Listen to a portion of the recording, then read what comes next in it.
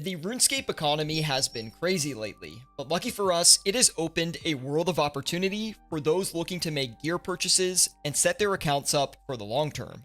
In this video, I'm going to point out and analyze 8 items that, in my opinion, look cheap right now and may be a good purchase if you're picking up the item for life. Before we hop into this, I want to mention that this is my own personal analysis and opinion. These items can continue to go up and down based on future unannounced updates or natural supply and demand. This is not RuneScape investment advice. I am simply pointing out some items that are heavily discounted. If you're looking to make investments for the long term, check out my Patreon page where I release my newsletter covering the best item investment ideas every single month in OSRS. The first item I want to point out today is the Sanguinesti Staff. Now, the Sanguinesti Staff is down from 90 mil at the beginning of the year all the way to 54 mil, which is a 40% decrease on the item. And this is actually the lowest price we've seen since 2021, where the Sanguinesti got all the way down to about 45 mil. The reason the price is so low is that it's currently outclassed by the Purging Staff, which is an item that came out in 2024 and is primarily used against demons, but it still outperforms the Sanguinesti from a DPS standpoint. The Eye of a Yak is another reason why the Sang Staff is going down currently. It is the second strongest powered staff that will be coming later this summer with the Delve content, and it's going to sit in between the Sang Staff as well as the Tumekin Shadow. With all of this being said, I wouldn't be surprised if the Sang Staff went all the way back down to the 44 mil mark, which we saw previously, but there are a couple things I do like about the Sang Staff at this price point. The first thing I like about the Sang Staff is it has a passive life stealing ability. It has about a 16% chance to steal life off the enemy and give it to your character at a reduced percentage. That being said, it is useful for new PvM players who just need a little bit more sustain in their boss fights. The second reason I really like the Sang Staff here too is that the Delve content coming in the future is centered around survivability. So there is a chance that lifesteal weapons will be more useful with this content, as players will try to extend their trip as long as possible. The next item I really like right now is the Masori Armour Set. The Masori Armour Set is near its all-time low prices of about 190 mil. Currently it's sitting at about 200 mil, but earlier today it was 195 mil. And it's bounced off the low of 190 mil many times. It's happened about 5 times this year alone, which is pretty crazy. It makes me confident that it's going to bounce off the 190 mil mark again and likely start to uptrend, at least in the short term. The reason I like Masori at this price point is that Masori is the best in slot range gear in most situations. There are a few exceptions where Void might outperform, but generally you're going to be using Masori. I think there's 2 main reasons why Masori armor is so cheap right now. The first major one is that range has not really been in the spotlight for Jagex for the past year or so. There hasn't been a lot of updates or future content pertaining to range, so that kind of lowers Masori's overall usefulness when you're awaiting new content. On top of that as well, people have been spamming TOA, and I think it's pretty well known right now that TOA is one of the easier raids to run frequently and get decent drops. So people have been spamming TOA, bringing in new supply, and since there's not a lot to look forward to with range, I think the price has just continued to fall and will continue to fall. There is an oversupply of TOA items coming into the game. Now, this will generally put a lot of downward pressure on any items being oversupplied, as the demand is not meeting the supply, which will lead to a price fall. You can see this effect happening on the Fang as well. The Fang went all the way from 18 mil earlier this year down to 10 mil, and before that we went all the way from, we'll say, 64 mil down to 10 mil. So there's really a big oversupply of TOA items.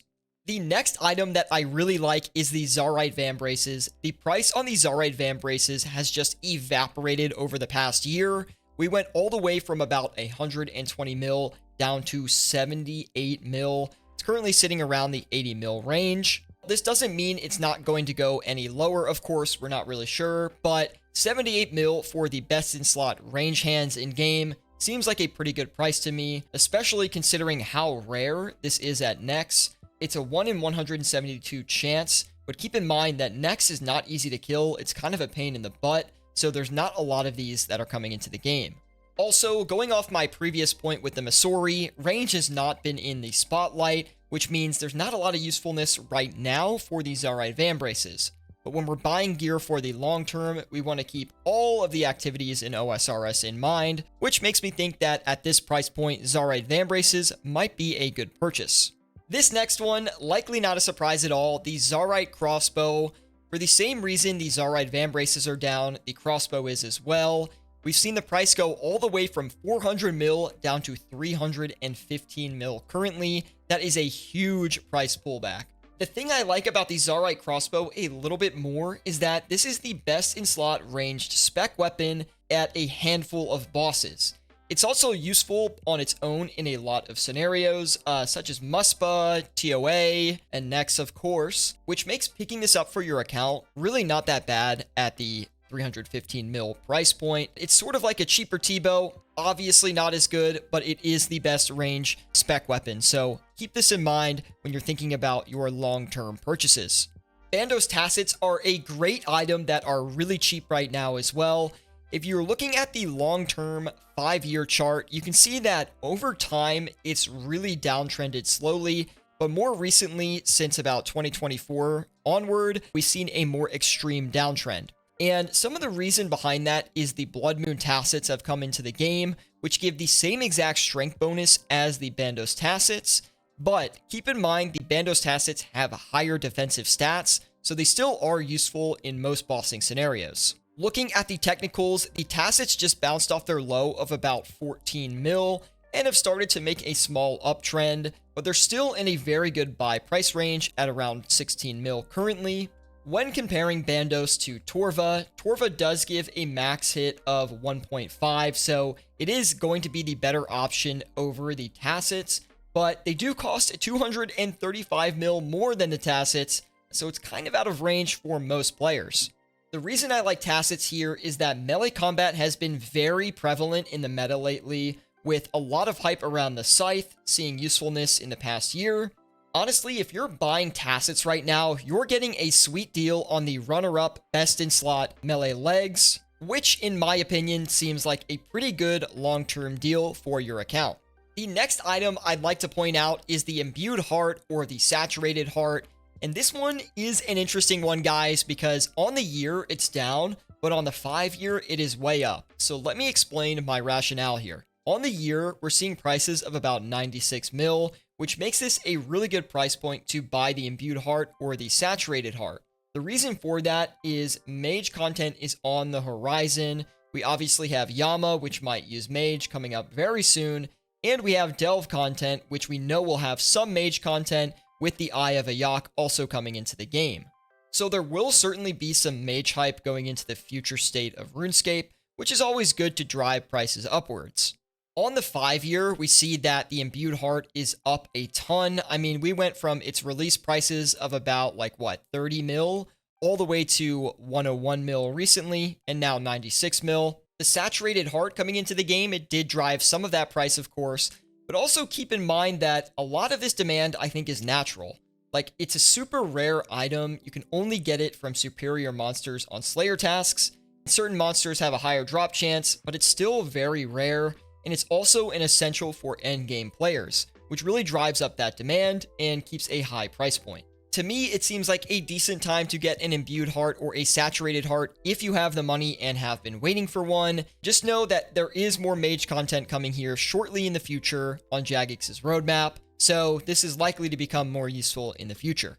The next item, and one of my personal favorite items in-game, it is the Dragon Claws. Now, the Dragon Claws have gone all the way from about 100 mil down to about 67, 68 mil currently, and I think this is a great buy price for the Dragon Claws. Looking at the 6-month chart, since about December, we've been trading between the 67 mil to 70 mil range. The price has been very consistent, which is a pretty good indicator that the market is satisfied with its current price, and there isn't too much unpredictability in where the Dragon Claws currently sit. Some of the reason for the downward pressure on the claws over the past year is the Burning Claws coming into the game. because Burning Claws actually do outperform at some bosses as a spec weapon, specifically bosses who are weak to stab, or sometimes bosses that have high HP. Now that being said, there might be some good upside to the Dragon Claws with the Soul Flame Horn that is coming into the game with Yama. That could really drive some of the price here.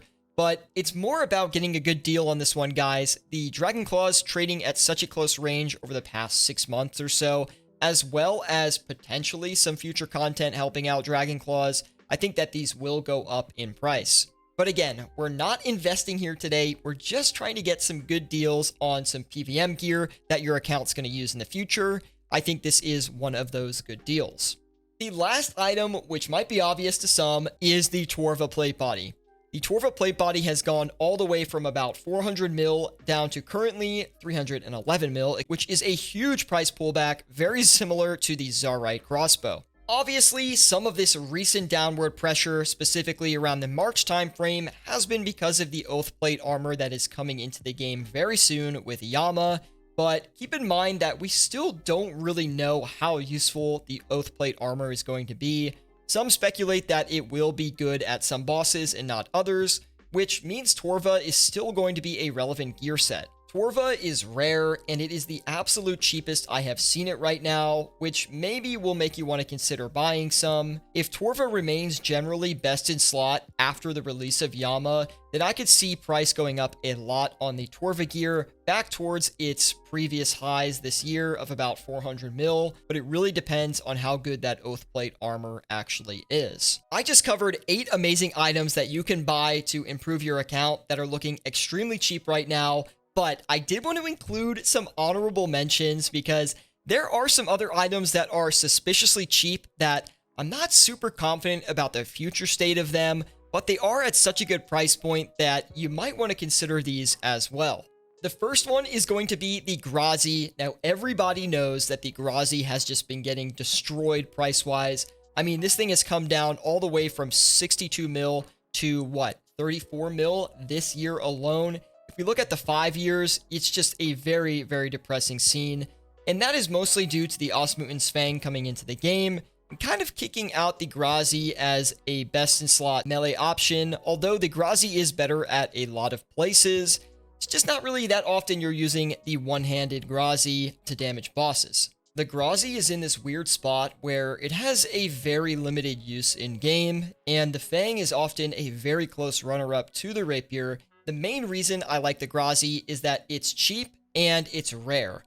Those two together make this item a worthwhile investment in my opinion if you're using it for your account. This item could get an update in the future considering it's been a little bit neglected next to the Fang. Another honorable mention is the Void Waker. Now, the Void Waker over the past 6 months has gone from 80 mil down to 69 mil currently. And while I do think this is a good price for the Void Waker, I am skeptical about its future use. The reason I say that is the Soul Flame Horn is coming into the game, which makes the next hit of all players around the horn 100% accurate. And the main draw for the Void Waker is how accurate it is, and it's used as a reliable spec weapon on a lot of bosses. Because of this, I think that the Soul Flame Horn massively devalues the Void Waker, which could see some potential future downside to the Void Waker. It's just really hard to tell at this point. I don't think Void Waker is unreasonable at the 70 mil price point, but it might be outclassed by some better spec weapon options very shortly in the future.